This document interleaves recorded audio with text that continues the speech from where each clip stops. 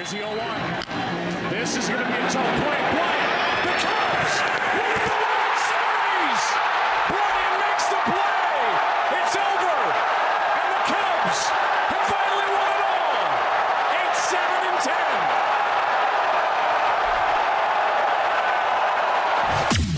8-7-10. Welcome to Club 120. The ultimate roundtable for diehard Cubs fans and lovers of all things sports and lifestyle. Strike three, you're out. Hosted by Neil and Nate, two former baseball players and coaches turned loud mouths with strong opinions and even stronger banner. Get ready for quick-hitting, time-answer segments packed with wit, laughs, and the occasional heated debate. From analyzing Cubs on-field action to diving into off-field drama, no topic is off limits. So grab your glove, pour a drink, and pull up a seat at Club 120, where the banner's quick, the takes are hot, and the Cubs always come first. Let's get started. Play ball.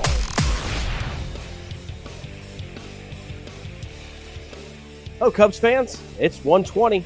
You know what time it is. It's time to grab an old style and a bleacher seat. Welcome to Club 120. Let's talk some Cubs. What an opening week it's been. Glad got an off day here to get this all sorted out. I'm Nate, and this is Neil, our host with the most and a hot sports opinion on Chicago dogs.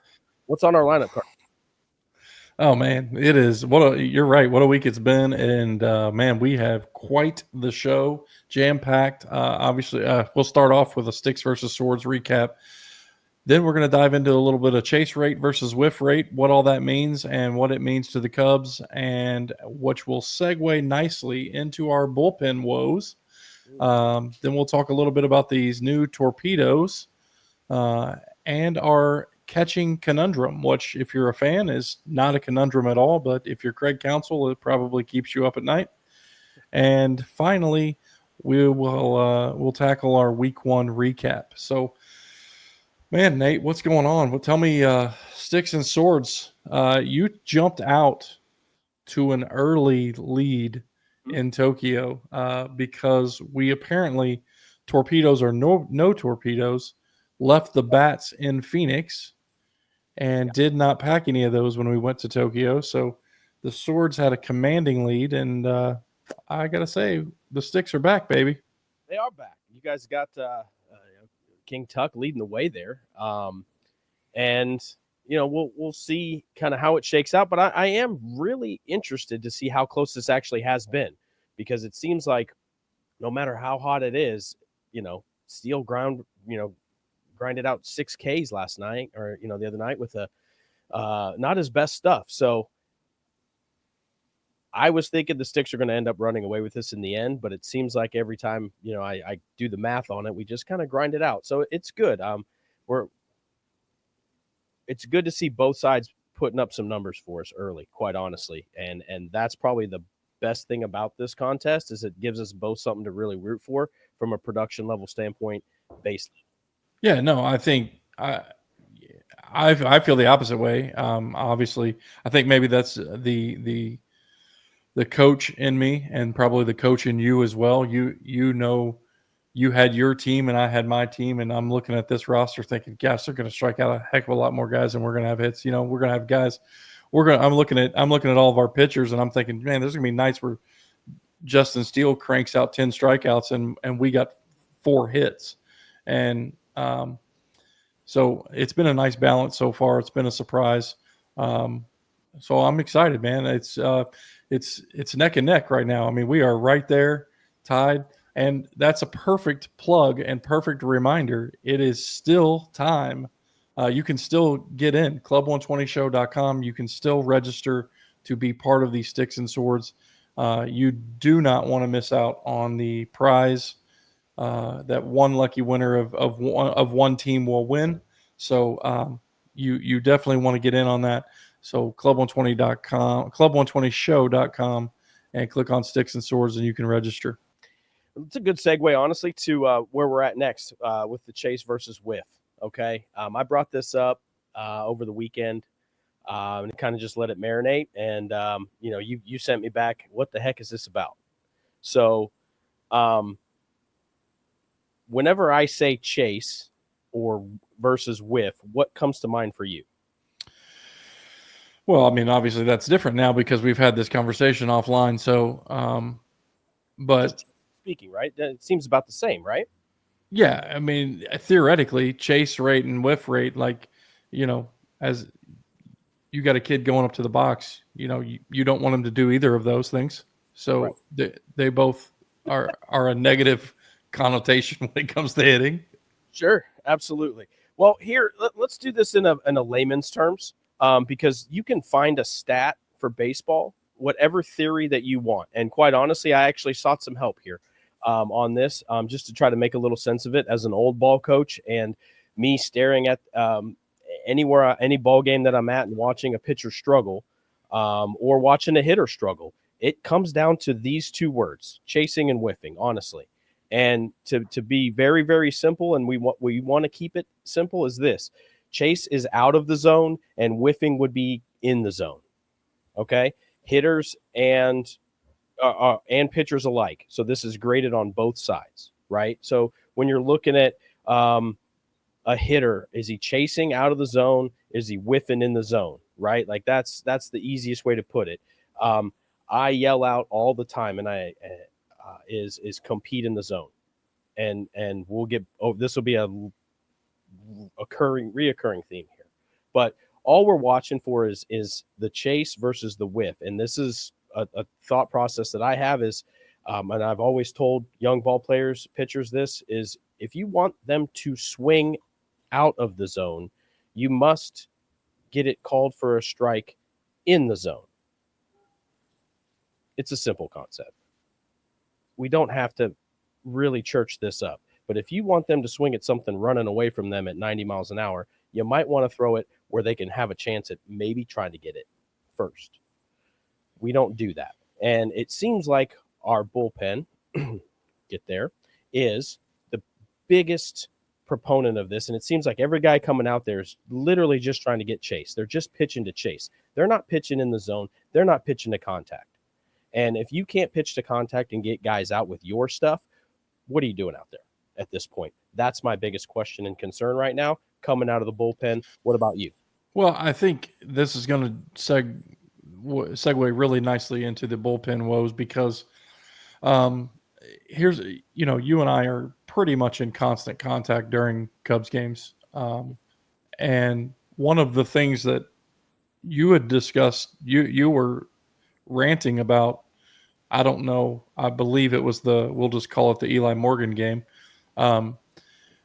was when you have that kind of gold behind you in the infield and the outfield. I mean, you've got, I think 3 Gold Gloves in left. Tucker should be Gold Glove. PCA might be Gold Glove. Then Matt Shaw's your only question at third. You got Dansby's Gold Glove caliber, Nico's Gold Glove, Michael Busch Gold Glove, and we got guys trying to miss bats. And in doing so, they're missing the zone altogether. And it's like, guys, we can't keep walking leadoff guys. We can't keep pitch to contact and let these Gold Glove caliber, let this defense take care of you. Yep. So that's my frustration with the whole thing. One of the best numbers here, and this is the big one. Eli Morgan, I don't think was the problem in that game, and we'll get to that in a minute, and we'll talk about it. But I think the Pearson issue is the bigger problem. His fastballs are missing here, and his breaking balls are missing here, right? So, his extremes are so far that they get nothing to see at eye level and down, and they get nothing to see away that is enticing them.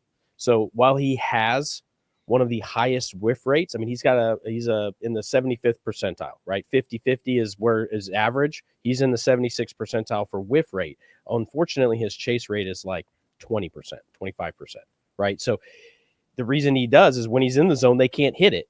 They just aren't chasing it either, right? So that's as simple as chase versus whiff.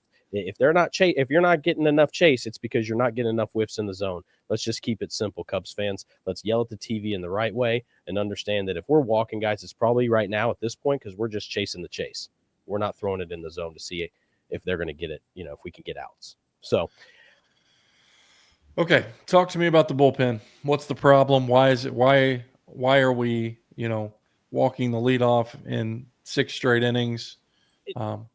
It comes back to honestly what you just said. I don't understand. And again, I don't either. And I'm sure Craig's sitting there and Tommy's sitting there. Nobody's confused about what's happening here, except for the guy on the mound. We're not preaching this. We don't preach walk the leadoff hitter. Nobody does, right? So this isn't a coaching thing from a mental game plan. It's simply execution. It's flat out execution.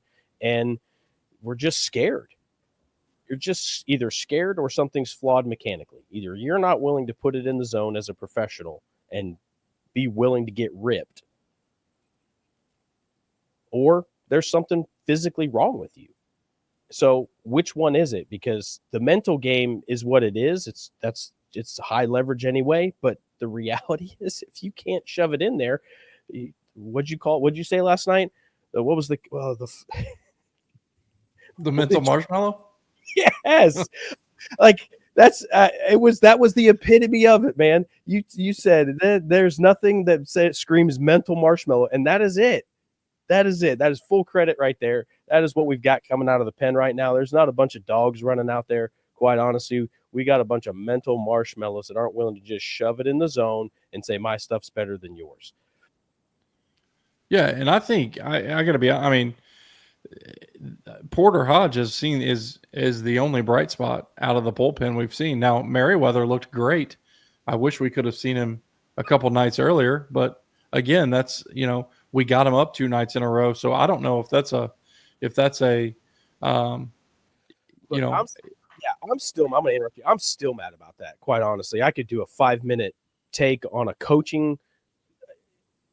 Every time there's always one. He's called the yo-yo, right? And Merriweather got yo-yoed. They said, he was up and down 2 times each game for 2 days, and then he was now not available and never entered. That's a yo-yo. That is a JV high school move. That is a freshman in college move.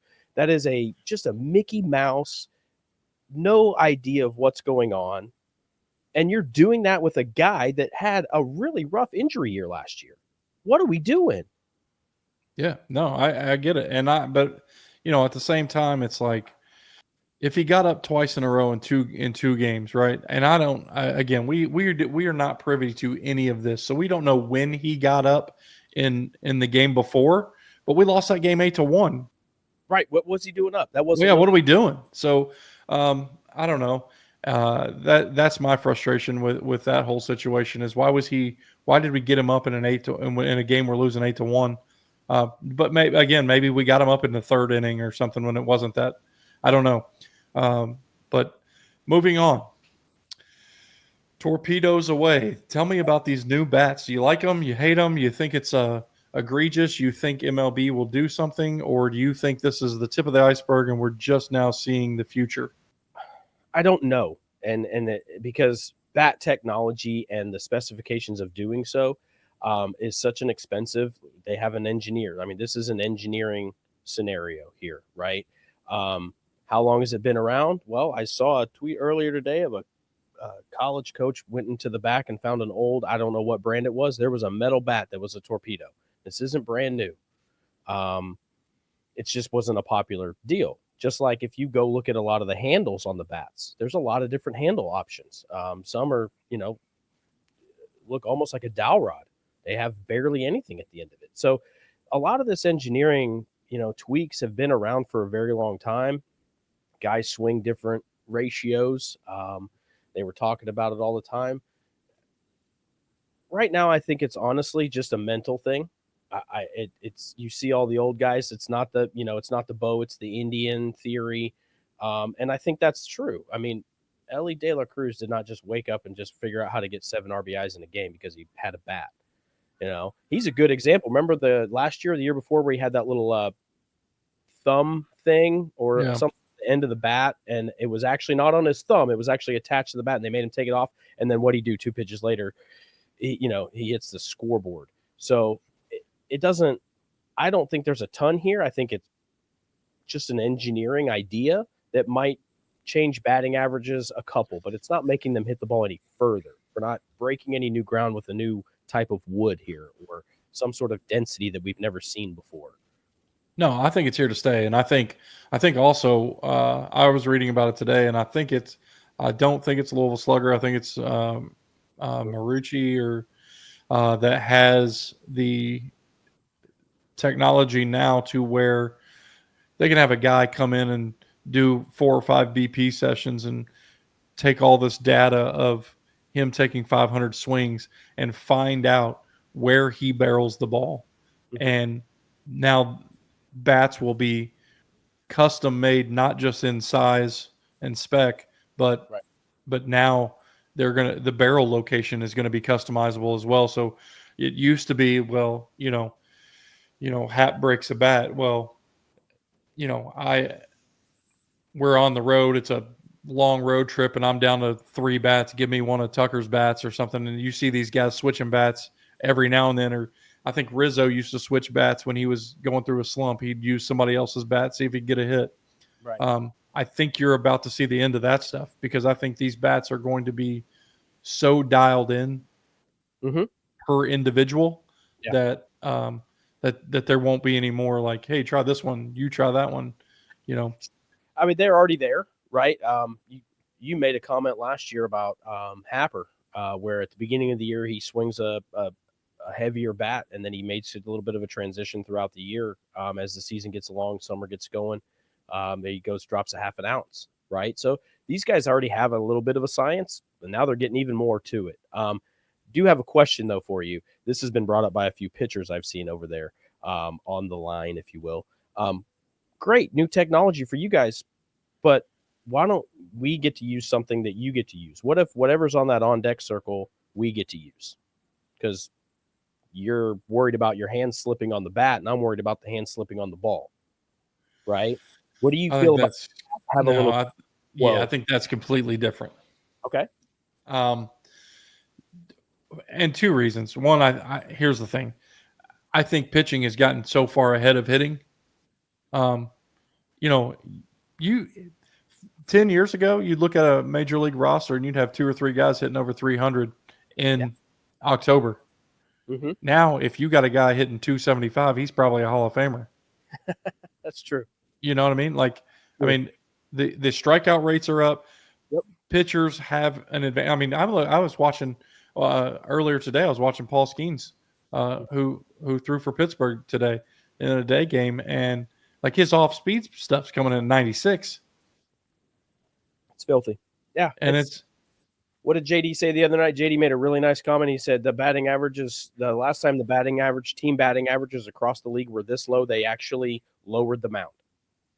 That was their solution. They were like, this is getting out of hand. Let's lower the mound. We can't let them have as much leverage. So yeah, I think the bats are here to stay, and I think it's a good thing. And I think hopefully it might help the hitters catch up with some pitchers. Absolutely. Hey, what do you think about our catching situation? It's nice to have a little production down there, huh? Well, I will say, you heard it here. That second half of Amaya is the Amaya that we were going to get to start the season, and man, I couldn't be more excited about that guy. Like he's flat, hitting the ball in the nose, like squaring it up every time. Love to see it. But as we teased in the opening there, this is going to be a situation for Craig because you got your backup catcher hitting for the cycle. Yeah. And he's putting the ball in play every at bat. Maya's squaring it up, putting it in play every at bat. And then you got Ballesteros waiting in the wings saying, hey guys, don't forget about me. Mm-hmm. Like you guys take a week off. I'm coming up. I'd love for that to be the case where they feel comfortable enough or we have some sort of a lead in the division that we feel good about getting Ballesteros a bunch of at bats sometime this year. I do. It's a really nice deal though. It really is nice to have 2 guys down there. That's not a conundrum. And I don't think, honestly, I don't think Craig loses any sleep over it. I think he's just going to make the lineup up because that's a beauty of having both guys producing. It would be different if every other day we had to roll out somebody who was flat out just a 0, right? That's your conundrum. Like, oh my gosh, like these 2 really work well together. We got to keep them, the battery together, but we need this game. We don't have that issue right now. I hope that stays the same. I mean, it's a long season, but I hope they push each other, and I think they, at this point in both of their careers, have embraced it. And I think Amaya sees a really nice future beyond this with a partnership, just like with Ballesteros. Quite honestly, I think it could be mirrored and flipped, going the other way. Yeah, I think this is what you were talking about is exactly what we were dealing with last year. I feel like after 6 weeks into the season, I'm looking at the lineup card when it comes out, and if it's not Jan Gomes, I'm like, why are we forfeiting the 9-hole? Like, and he made some adjustments and started getting hits and started putting the ball in play, and then all of a sudden it's like, okay, this guy can hit, this guy can do it, and I wish maybe him and Matt Shaw would go to lunch together, and maybe they could talk about getting that front foot down a little sooner and squaring up a ball, but you can't have your cake and eat it too. No. Do you think they should get a little coffee and talk a little no stride hitting, huh? Yeah, I do. Okay. I do. Yeah, it does. Listen, it doesn't. It's not everybody's cup of tea, but sometimes neither is the stride. So that's true. That's true. That's a topic here on our roundup right now. Honestly, let's take a look at that. Let's look at this roundup, because how do you feel the rookies have done this week, and the youngsters, and then we can get into the illustrious King Tuck and save the best for last. But how do you think the youngsters have done at the bottom of that lineup? Yeah, I mean, PCA's average isn't there, right? I think he's like 168, something like that. Prior to last night or the night before, he was like 095. Then I think the last 2 nights he's got 2 hits. I think it was a 2 for 5 and a 2 for 4. So, he's coming along. The thing is, man, when he gets on base, he's turning singles into doubles. He's just there's base hits that are, first to third, stuff like that are just a difference maker. We haven't really seen a game yet where it's like that stuff really matters. It's like we either lose by blowing it in the 8th, or we score 100 runs. It doesn't seem like we're playing like nail biting, need a closer here games, which I think we've had one where Presley, the first game against the Diamondbacks, where he almost blew it, maybe. But anyway, I think you're going to see some games where that stuff really matters. What Pete's contributing. I don't think Matt Shaw, ambush hitter. That's it. Yeah. If he sees something, he's jumping it. And if he doesn't jump it, if he misses it, good luck for the rest of the at bat. Quite honestly, because that's what he looks like. He's chasing. If he gets something to rip in the zone, he's going to ambush it and jump it. Fastball, breaking ball, whatever it is. The defense is better than I thought it would be. He made a couple of really nice range plays finally, right? We've been waiting for that, because quite honestly, he's been a little sub on the arm strength on the routine plays, and it's been a little scary, right? That's like, well, we went through that on the other end with Morel and throwing at 118 across the diamond and not knowing where it's going, and now we got a guy that's throwing 78 across the diamond, and we're like, can we just find somewhere in the middle? Like, Shaw just needs to stop watching Dansby. That's what I was getting ready to say, because it's got to be so hard to play next to a guy like Dansby, because Dansby is such a student of every hitter that he knows exactly, if it takes me 3 seconds from the crack of the bat, if it takes me 3 seconds to field this ball, this is how long I have for the ball to get over there and still beat this guy. And he takes every second of it. There are times where you can stand up and yell, throw the ball, and it's like he's gonna. Yeah. The thing is that you watch young shortstops though, and they're the other way, right? So the maturity of Dansby is unbelievable, because you watch a lot of these guys in the league, and as soon as they get the ball, it is 100 every time. Yeah. It's like, man, how many of those do you have in your life? the reality is, I don't know, but it doesn't seem like throwing it 100 every time from a 3/4 slot without a, on the run and all that. He's so mature with that. And so I've learned to actually pump the brakes. It's like, man, this guy just needs to throw the ball. But then when he needs it, it's like, oh, Yeah, there's 5, so that's Dansby is exactly what we need him to be right now. As far as his grade for this last week, he started a little slow with the bat, but defensively he leads the way.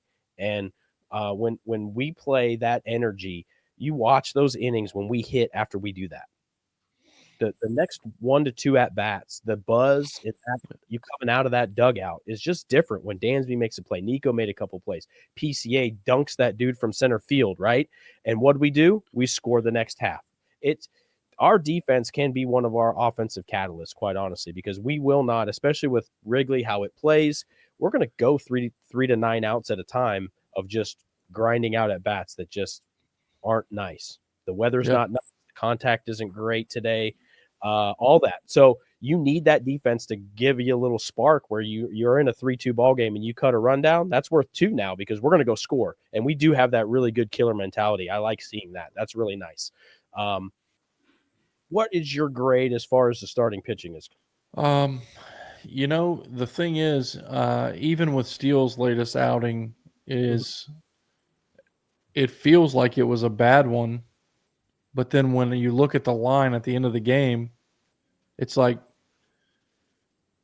he still came to compete. Like, he didn't, it could have been one. And I kind of felt like it was going to be, this is going to be one of those, he's going to go 2 and 3 or 2 1/3 or 3 2/3, and he's going to get yanked and it's going to be a pout session. And it's like, man, right. I don't know if it was the middle of the third or the third inning. The last batter, he struck that guy out and then came out. And then it was like 2 innings of retro Justin Steele.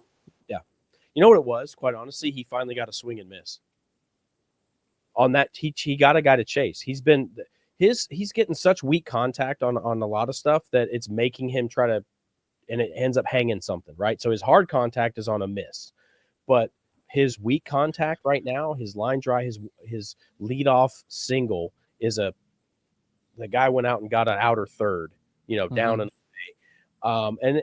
And he needs to grow in that because he gets really frustrated. And then that's where you see the hanger. Now it's 2-0, right? Like that's where it's at. When he finally got that guy, no weak contact on a really good pitch, and he finally got somebody to miss it, he went back out the next inning, and his whole game plan was just shove.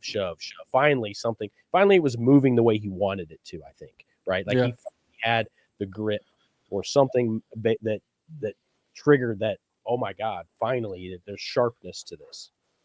He was struggling. And good for him to grind it out, but, we'll see. The back end is coming together. I think we saw that in the Presley save. Do we love it yet? No, absolutely not. We don't love this yet. We don't love 7, 8, 9.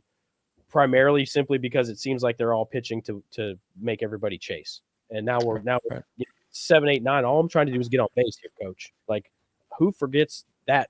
You know what I mean? Like 9th grade freshman baseball, you're down 2 runs, we're taking a strike, and yet you're not throwing one, right? Like, sometimes the simplest mentalities in this game still win, and you can get beat when you don't play the game the right way. And you just throw the ball over the plate and challenge somebody. That's all we're looking for, quite honestly. I think that would be our biggest weakness right now is a challenge approach from our pitching staff. Most notably the guys coming out the pen. But the rest of it, we're running. We're stealing. This team's really exciting. We're looking for the next week. This was the second in the last 20 years. This is the second Friday 120 home opener, which I think should be a law. It's like the Lions on Thanksgiving, like Friday 120 Cubs home opener. I'm interested. I agree. So come on out, to the friendly confines. We're looking forward to it. Enjoy your rest of your off day, and go Cubs, go for me. Yeah, absolutely. Be sure to like, subscribe, follow. We're all on all platforms, Club120 Show, and we're online at club120show.com. Be sure to like, subscribe, follow, all the good things, all the things. Anyway, we'll see you next week. Go Cubs, go. This has been Club 120. Neil and Nate have practically spent their entire lives doing something centered around baseball. And with these guys, you're going to get quick-hitting, time-answer segments packed with wit, laughs, and, yes, heated debates. We hope you enjoyed the show. If you did, make sure to like, rate, and review. We'll be back soon. But in the meantime, you can find us on all social media platforms at Club 120 Show. And, of course, the website at www.club120show.com. Until next time, go Cubs, go!